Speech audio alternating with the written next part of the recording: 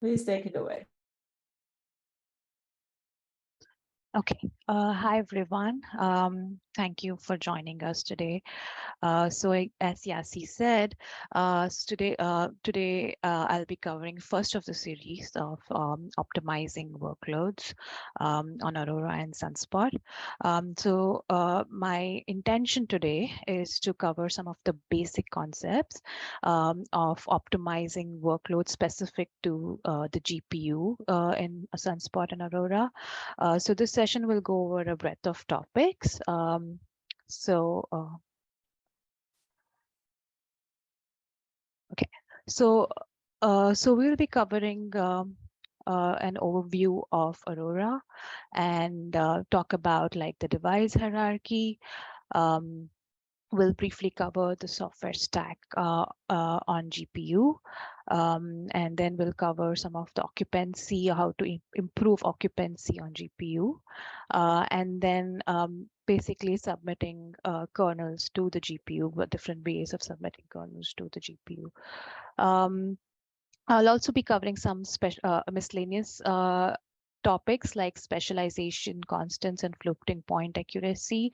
And these are some miscellaneous performance optimizations that can help with your apps. So let's review the Aurora system. So basically what you have on the right is one node of Aurora. So it has the 6 Intel data center GPU Max series, which is codename PVC. And then you have 2 Intel Xeon CPU Max series, which is codenamed Sapphire Rapids.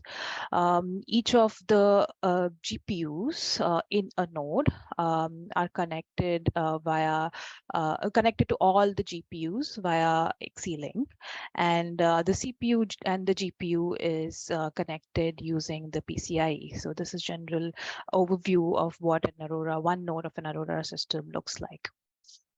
So let's delve into the GPU part of Aurora, which is the PVC over here.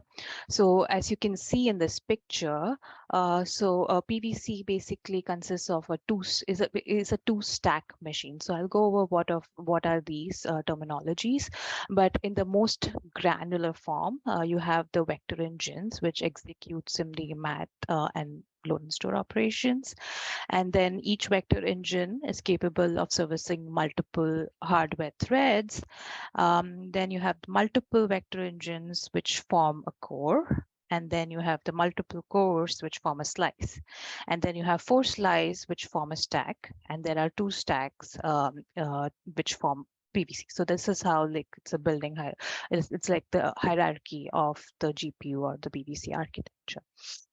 In terms of memory, so each sub-slice or a core has access to L1 cache, and each slice has access to the L3 cache, and each stack has access to its own HBM memory, but can access another stack's HBM memory.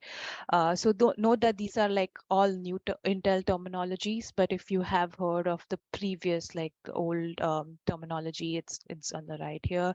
So EU is equal to the vector engine, subslice is equal to the core, and slice is slice, and tile is stack. So PVC, let's talk about how PVC is abstracted. So a device is basically an abstraction of hardware resources. So on the top over here, you have PVC with 2 stacks. So you can expose PVC or the GPU as the root device, and the stacks then are equal to the sub-devices. So these stacks formed a shared memory space, so it allows it to be treated like a monolithic device. So you expect no communication happening between stack 0 and stack 1. This is the first case. Now in the second case, PVC also provides an abstraction where you expose the stacks as the devices. So in this case, the programmer can take direct control over the workgroup distribution and memory placement. So this again brings us to the topic of implicit versus explicit scaling. So let's implicit scaling by definition is a mechanism to automatically distribute work across multiple stacks. So driver automatically distributes work and allocations across underlying resources. In explicit scaling, the application developer manually distributes work and allocations across the underlying resources. So the programmer takes direct control over work distribution and the memory placement. So there are trade-offs depending upon what type of application you have. So, but the best practice is to always use explicit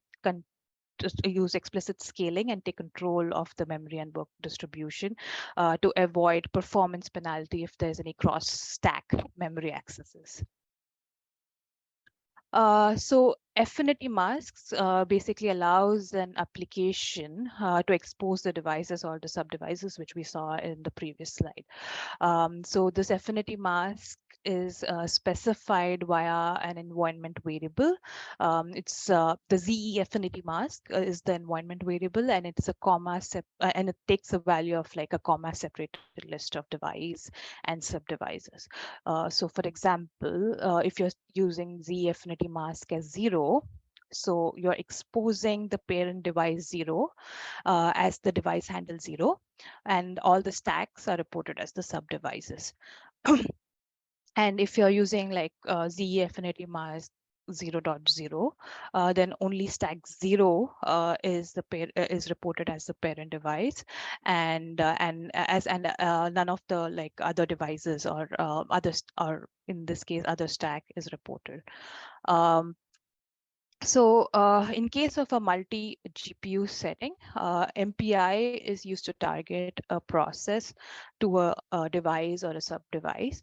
So you could target one rank to a GPU. That would be implicit scaling, or you could target each one rank to stack 0 and another rank to stack 2. That would be more like an explicit scaling. So on Sunspot, you have a GPU tile compact script, which takes control of how MPI ranks are placed within and among the GPUs. Alternatively, SYCL also provides an API to programmatically expose a device or a sub-device. So the create a sub-device function call here basically queries the root device and returns the sub-devices partitioned by the NUMA domain. So let's talk about the building blocks of software stack on GPU. So at the top level, you have your application or workloads, and which you want to offload to a GPU. So in between, you have all the software stack, which is used by your application to offload to the GPU. So you have the middleware and the frameworks like TensorFlow, PyTorch, which are built on top of the one API specification.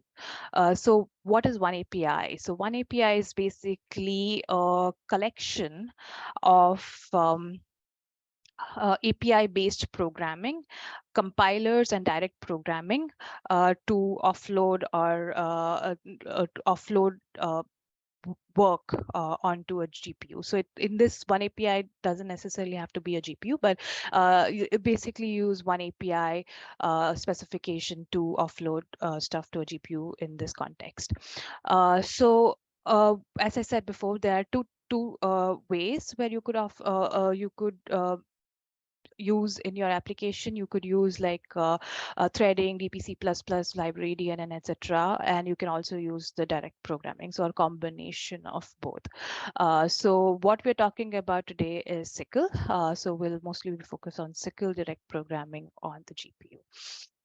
So I just want to highlight, so there is one intermediate layer, which is the level 0 interface. The objective of level 0 API is to provide a direct to metal interfaces to offload accelerator devices, offload to accelerator devices. Uh, so let's review the SYCL programming model. At its lowest work or hierarchy or thread hierarchy, you have a work item. So a work item represents one of a collection of parallel executions of a kernel. You have a subgroup. Subgroup represents a short range of consecutive work items that are processed together as a SIMD vector. So for a PVC, this length could be 16 or 32. Then you have the work group, which is a set of threads. And it can be one, two, or three-dimensional. In a synchronization across work items is only possible with the barriers for the work items within the same work group. And then you have the ND range, which basically refers to usually the problem space in either 1, 2, or 3 dimensions. So the work item usually operates out of its own private memory, which could be a register. And then you have a work group, which can access the local memory of the work group. And then you have the work item, which can each work item in the global space can access the global memory. So it's a single memory region available to basically all the processing elements. So I think it there are there are two compilation modes in SYCL programming. It's important to understand the different compilation modes. So the first one is like the just-in-time compilation. So if you do not know which the device on which your application is running, then you use the just-in-time compilation mode. And if you know which device your application will be running on, you're basically using the ahead of time compilation. So the reason why this is important is if you look at the compilation workflow, so you have a SYCL program which has both the host code and the device code. Now, the host code is translated to the host object, and the device code is translated to an intermediate representation called the SPIRV. And then the linker in the just-in-time compilation mode, basically the linker combines the host object and the SPIRV into a fat binary. But what is happening here is that during runtime, the SPIRV is when the device is known, the SPIRV gets translated to the device binary and is loaded onto the device. So when you're running in a just-in-time compilation mode, you will have an overhead of the SPIRV to device binary translation during your runtime, which should be amortized over multiple iterations or something basically to keep understand. Yeah, so this is general workflow and just about the software part of SYCL. So let's talk about like the general principles of offloading to GPU. So there are a few concepts that guide the optimizations. Some of them are listed below. So basically you have this in your applications, it's important to identify parts of your applications which are parallel. So certain GPUs are generally specialized for high throughput. It is important to identify and port only the data parallel parts of your applications. And as GPU, you often have a specialized memory with a disjoint address space. So application must allocate or move data into the GPU memory at the right time to effectively minimize the data transfer overhead from host to GPU. And then any kind of kernel which does not have like branching statements in them is also um, ideal, because usually um, the work is or basic. If you have divergent flow, then you have some inactive threads in a subgroup which do not pass through the if statement, for example, and that can cause a low cause a penalty in performance. And just like CPU, a GPU memory is arranged in a hierarchy.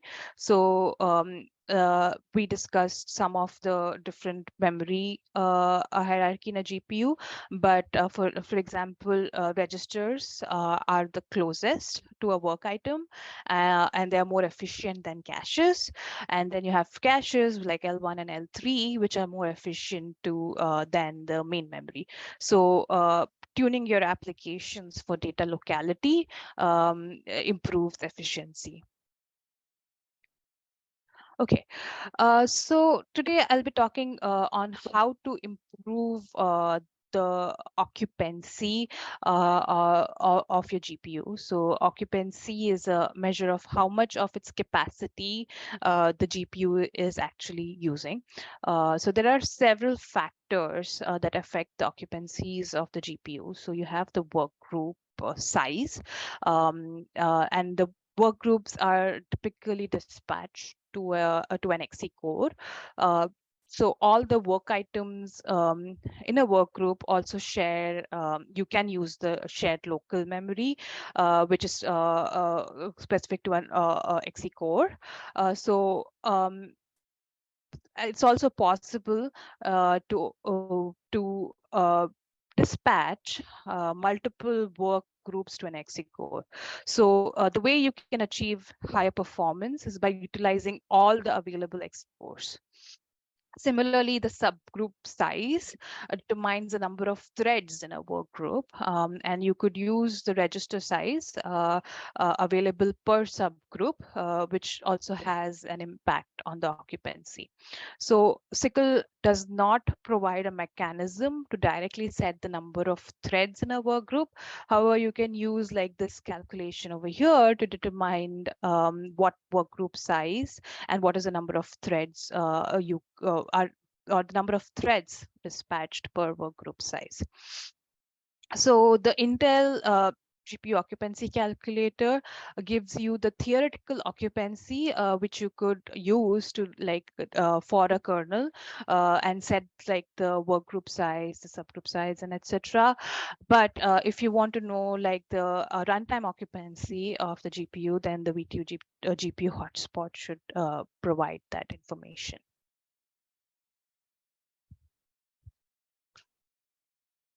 Okay, so let's talk about how you can improve performance by decreasing the register pressure. So as I said before, okay, let me actually briefly stop here. Yasi, are there any questions? Yes, actually, there are two questions I was going to ask you. So one is, Raul is asking, how much performance benefit can one expect when using AOT versus JIT compilation? And since AOT knows the target device beforehand, I'm assuming that it will perform better than JIT, but he just wants to confirm that's the case or not. Yeah, so what it's not the performance of the kernel that doesn't get better, but what gets better is so you won't have that overhead when you are doing so in this case, if I go back to the slides, yeah, so this overhead,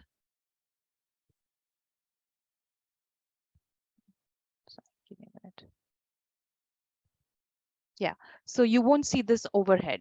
So if you have multiple iterations in your code which is running the same kernel, it gets amortized, but if you don't, then you will have this overhead where your SPIR-V is getting translated to device value. So it's not the performance of the kernel which gets improved, it's just that you're not seeing this overhead. Thanks. The other question is, one moment. Okay. So would subgroup be analogous to warp on CUDA? You mentioned subgroup sizes of 16 to 20 to 32. Would this mean the warp size can be changed by the developer? Yes. So yes, it is analogous to CUDA. Warp in a CUDA. So you could have like a subgroup size of 16 and 32, which can be changed and which I'll talk about in the coming slides. All right, thank you. And then another question is, a stack has how many CPUs and GPUs? Does a stack constitute an MPI rank in implicit scaling? So no, stack is stack is not, so CPU has nothing to do in the stack here. So a stack, okay, so this is the GPU device. So this GPU device has two stacks, stack 0 and stack 1. And you could target an MPI rank to target this entire PVC. So you have one process per entire PVC, or you could have one process per stack 0 and one process per stack 1. Did I answer that question? What was the last part? Yeah, so, no, that he was asking if the stack constitute an MPI rank in implicit scaling. I think they're different. Yeah. And then the last question is, does the API provide a function that returns the optimal number of threads for a given kernel as it is available in CUDA? Optimal number of threads per given kernel. So if are you asking if there is any kind of programmatically so I mean to identify it programmatically, I get, okay, I think Well, can you, if you want, just unmute yourself and explain the question? Yes, thank you. So in CUDA, there is a function you can call, which is call that runtime, that will figure out what the number of threads and number of blocks would be optimal for a given kernel. And right. Oh yeah. So I don't think that you can there is anything like that in SYCL. If it is there, it's in works, like it's still not available publicly, but I think at a level 0 you could do that. There is one API at level 0 level. Just I'm not I cannot confirm yet if there is one at the SYCL level. thank you. Thanks. One more question. Can one go lower than the stack level for the MPI process binding? So multiple, yes, you could have multiple MPI ranks per stack too. So you could target a slice, for example. Thanks. I would say for the rest of the questions, let's let you move on, and then we can ask more questions some Okay. later. Thanks.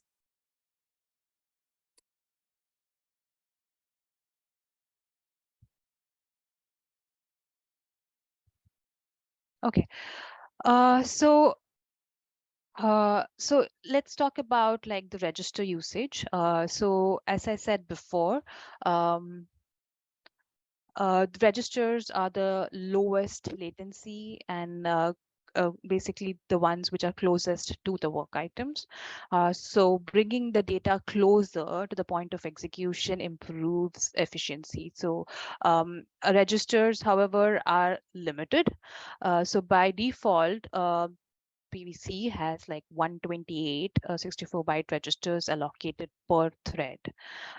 So in SYCL, the compiler like allocates registers to the private variables within the work items, for example, and the multiple work items in a subgroup are packed into one XVE thread.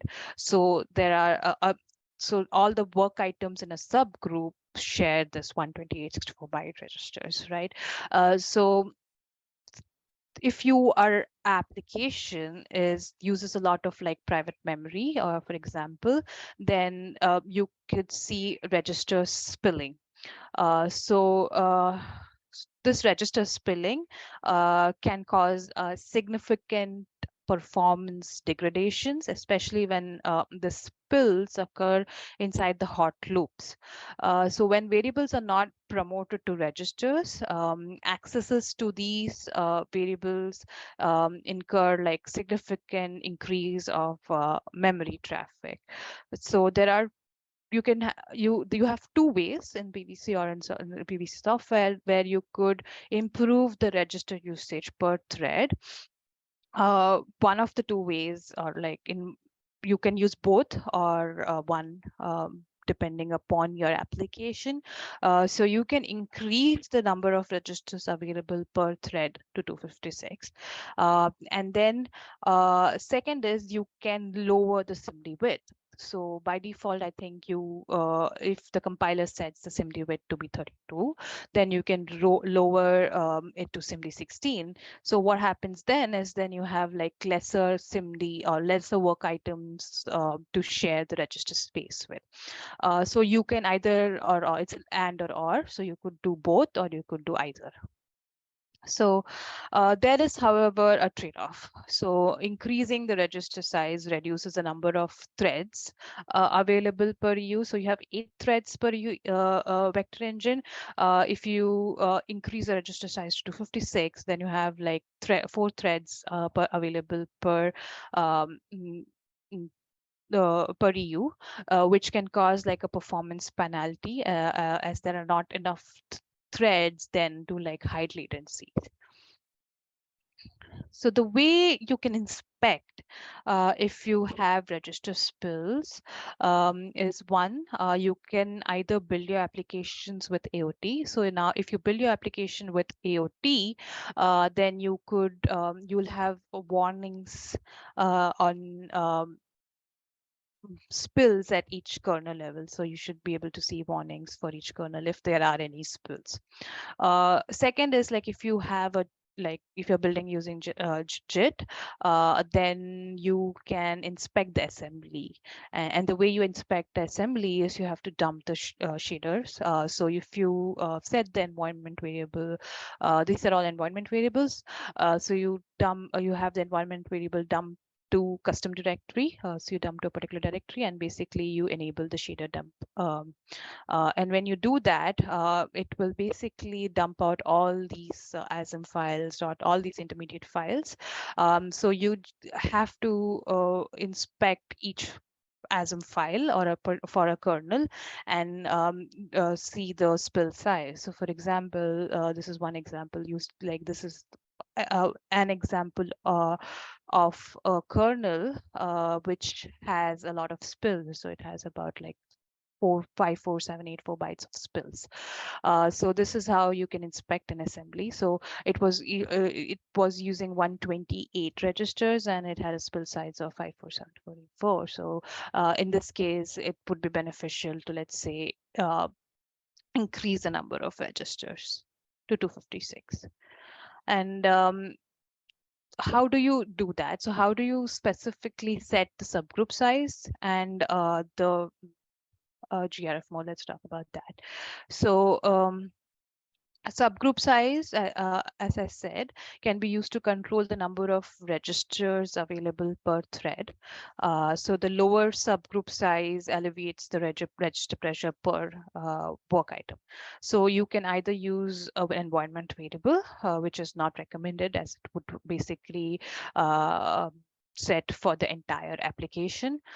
So it is always best to evaluate occupancy and the need for each kernel and set the subgroup size per kernel. So using this kernel property, so you could have this required subgroup size as a kernel property, and you could change that to 32 or 16 based on the needs of the kernel. Okay, similar to the subgroup size, you can increase the size of the registers to 256 using a command line option.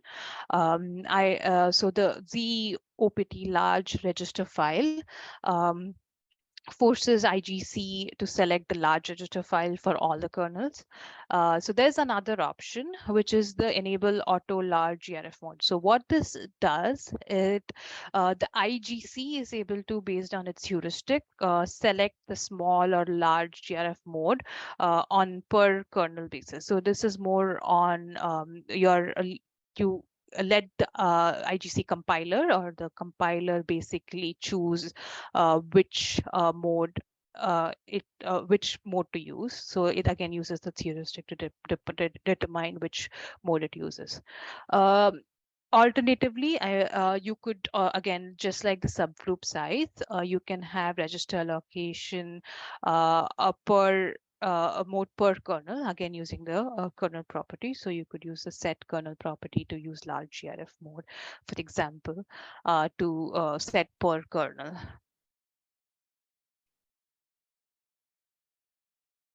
Okay. So there are several ways with which you could improve the occupancy of the GPU. So basically, you you have to have a kernel which has like enough work to do. But if you do not have a kernel, which you have a kernel which is data parallel but doesn't take a lot of time, there are different ways where you could do. There are some methods which you can use to basically execute these kernels, improve the occupancy of the kernels, or not the kernel, sorry, improve the occupancy of the GPU. So it is possible to have multiple streams of work being submitted to the GPU. So by default, SYCL queues are out of order. That is, if there are like multiple kernels submitted to a queue, and if there are no explicit dependencies between them, they are capable of being executed in parallel, provided that there are enough resources. So there's no guarantee that it will run in parallel. If it sees that it has enough resources, it will be able to run multiple kernels parallelly. There are other ways. So you could submit multiple kernels to a queue, and the scheduler basically determines how the kernels are running, or there are, again, everything is determined by the scheduler and how the kernels will be running, but there's an option of submitting kernels to multiple queues. So basically you could have Q1, Q2, Q3, all of them having different contexts. And there is there are ways where you could see that these are Q1, Q2, Q3 are running in parallel. Other method which we talked about is oversubscribing the MPI ranks on stack. So you could have, instead of having one rank on GPU, you have like 4 ranks on GPU running different kernels. So that's also one of the ways to improve the occupancy or of the GPU. Okay, so I think there are 2 modes of submission to a GPU which programmers need to be aware of and understand the difference. So there is a regular command list submission, and submission using the immediate command list. So there are differences between them. So by default, the compiler uses the immediate command list now. So let's talk about some differences. So in regular command list, the kernels and submissions are decoupled. So basically, you could have multiple kernel launches batched together in one submission. So in immediate command list, however, immediate command list is meant to provide a lower latency submission of work. So the kernel and submission basically occur together.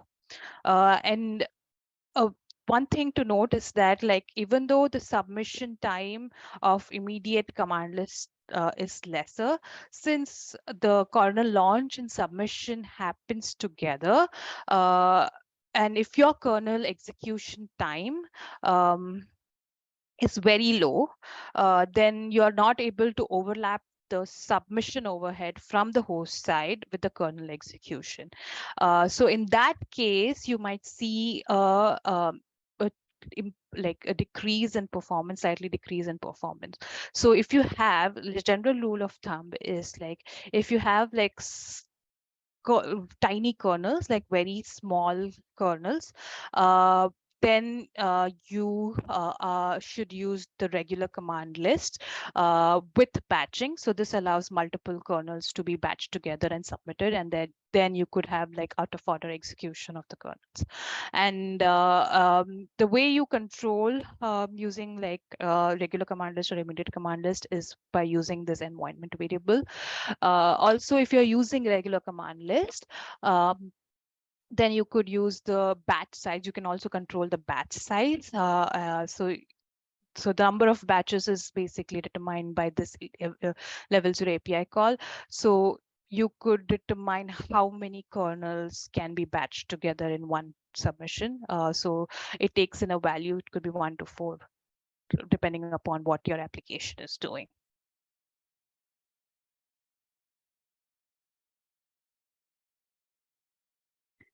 Okay. Okay, so SYCL has a feature called specialization constants. Then that can explicitly trigger just-in-time compilation to generate code from intermediate SPIRV code to the runtime values of these specialization constants. So these values are, so you use specialization constants typically if these values constants are fixed when the kernel is invoked. That is, they do not execute during, they do not change during the execution of the kernels. So if you set these variables which are constant during the execution of the kernel as specialization constant, you are allowing the just-in-time compiler to apply some optimizations such as unrolling the loop, etc. So this using specialization constants can create a faster kernel code because it's able to apply certain optimizations where it's able to apply certain optimizations on these kernels based on these constant values. So the way you do that, so you have, so this is an example, right? So this is, you have the coefficient array, which is basically like a filter. This is a convolution kernel. So it's a filter.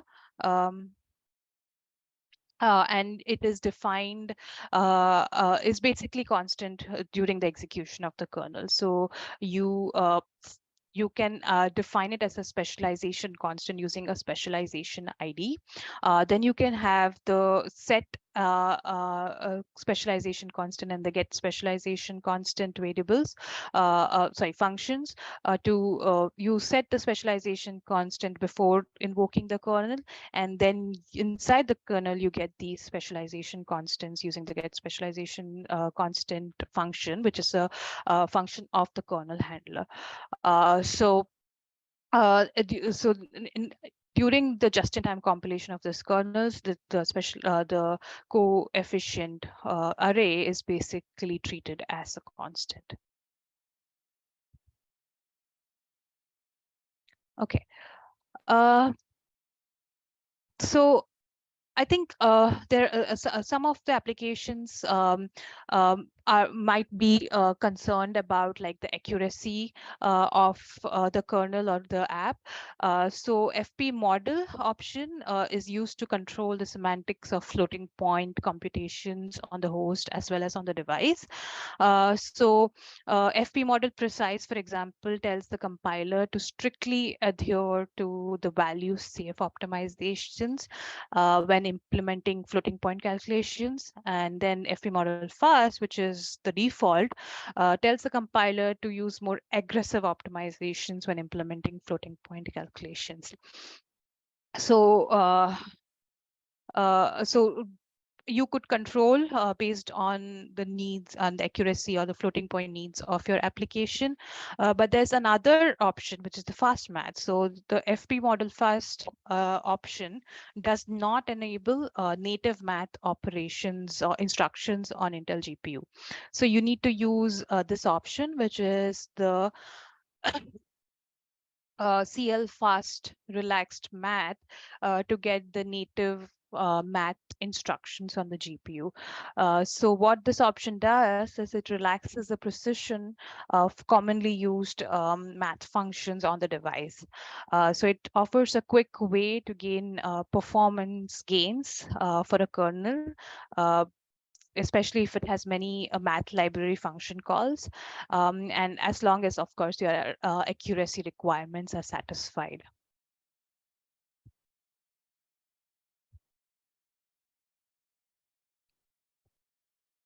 Okay, so to summarize, I would say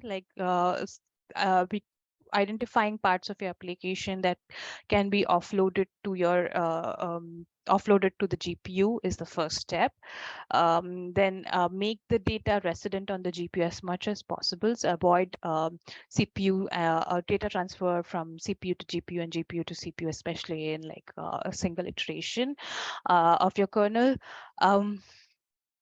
Tune your applications to be less memory bound. So that's where you could tune your application to reduce the number of register spills, avoid branch divergence, and also avoid any kind of cross-style memory accesses.